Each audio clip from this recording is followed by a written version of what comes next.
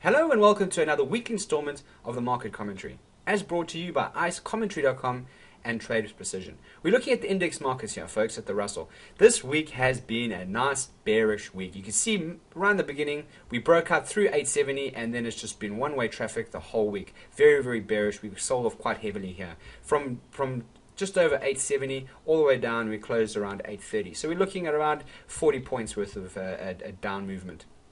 It's been quite a move. Okay, there's been bearish sentiment out. We've been talking about the global economies are starting to go into some less fear about their long-term growth and all this. Yeah, okay, fundamental news is going to come out and change things. However, what is the chart telling me? Yeah, we have had a nice little sell-off. Market as a pure chartist, we're making high highs, high lows. That means we're in an uptrend. Definitely, we still maintain that uptrend. However, at these highs, you can see that MACD and RSI are not really committing. There was some slight divergence, not enough for me to be looking to trade it, but it's just good to know that this trend it's starting to show signs of a little bit of weakness. Okay, so it was a bearish week last week. How are we going to look at the week coming ahead? Well, I want to look at the other cash markets if you don't mind, just to start to get a feel for what I'm looking at.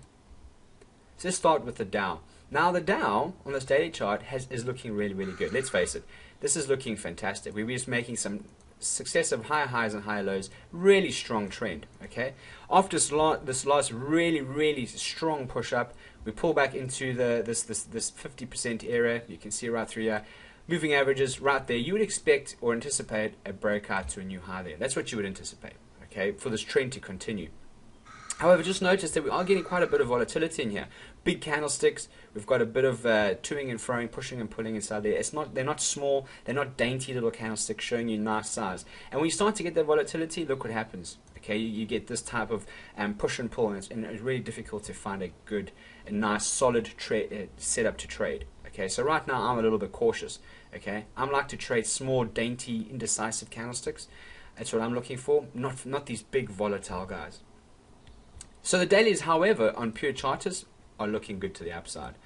The S&P, as I'm sure you guessed, is quite similar. However, it's structurally a little bit better, because if I draw my fibs from that low to that high, you can see that the 38% is actually clustering with this prior resistance area. We've come back and we've started to show signs of finding some support at it. As you can see, some buying is coming through there. But again, big candlesticks, a lot of whippy moves.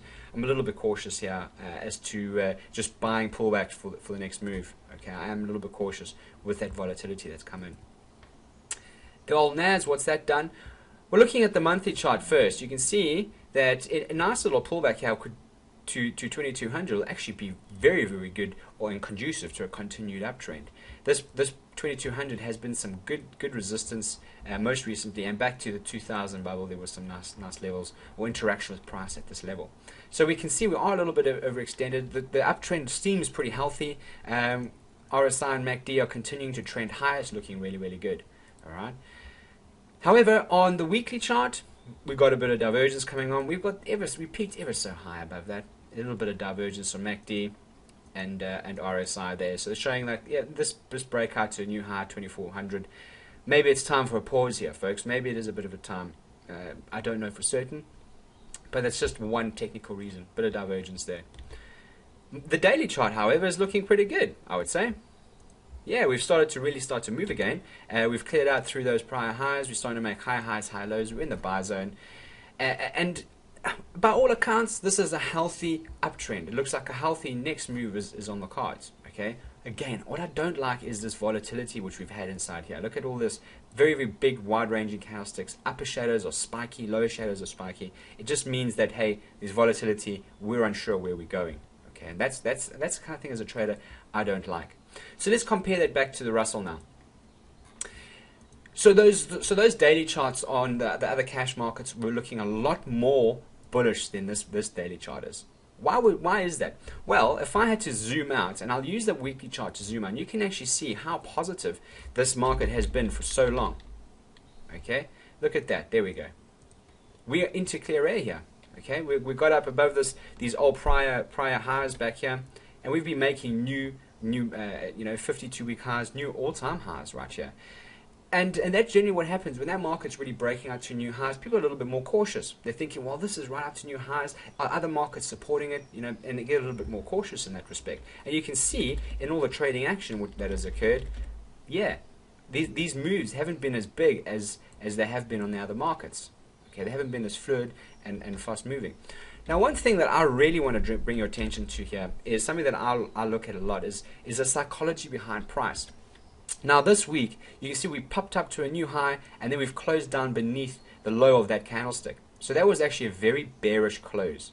It's a very, very decidedly bearish close beneath this all-time high level of 850. So we poked ahead above and we've returned. The last time we closed bearishly like that was, if you had to go all the way back, it'll be back here.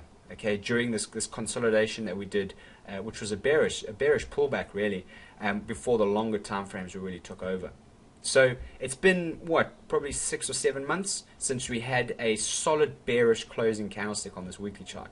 And that says to me, okay, fine. That doesn't mean that this uptrend has stopped. That's just one technical reason. However, what it's saying is there aren't any small little dainty, petite, nice little narrow range body bullish candlesticks in this buy zone right now. This says to me that we might get quite a potential bit of chop inside here, or it might just trend straight through. Okay, I don't know for certain. However, I know this, that when the candlesticks are small, I get high probability in my trading. I have less chance of getting stopped out. So that's what I'm looking for. These big wide-ranging candlesticks where we get opposing moves, it starts to worry me a little bit. So right now, I'm a bit cautious to the long side on the lower time frames. But the upper time frames, well, hey, let's look at the monthly for that. You see that, yes, we've got up above 850, but we're a long way from this, from our moving averages. A nice little pullback could then mean, yeah, an assault on 900 perhaps, and then a continued push up. Markets need to pull back, folks. They really do. They really need to pull back. And we've only we're only 9 days into the month. So therefore, this candlestick here has still got a long way to go before it closes. It could close bullish. We don't know. However, it's still trading beneath at the lows of its range. So therefore, at the moment, it's looking pretty bearish. Okay. But like I said, there's still quite a lot of trading to go before we judge this month. So folks, as far as my plan for the coming week, what am I looking to do? I'm being cautious. Okay, big wide-ranging candlesticks on these daily charts. There was a bit of divergence. I'm not going to be buying any bullish setups right now. I'm watching on an intraday basis to see if I can find any setups. I'm not going to be looking on a swing trend basis for the week. I'm interested to see if we clear out through these lows and actually start to change the trend. Because if we break that level there, then on this daily chart, we have changed trends. Okay, so this level is pretty key to watch. Also, if we come back up but fail to break out of this high there, that to me is starting to show this time frame is looking uncertain and maybe a bit of a rollovers on the cards. I don't know for certain, but this is what I'm watching right. So those are my two key areas. This level here I'm watching, and that level up there. Okay, I want to see how price assaults either of those. Folks, hopefully you enjoyed this video, and keep it safe out there. The markets are volatile. Always use a stop and risk management. So for this week, hopefully you've enjoyed the video. Bye for now.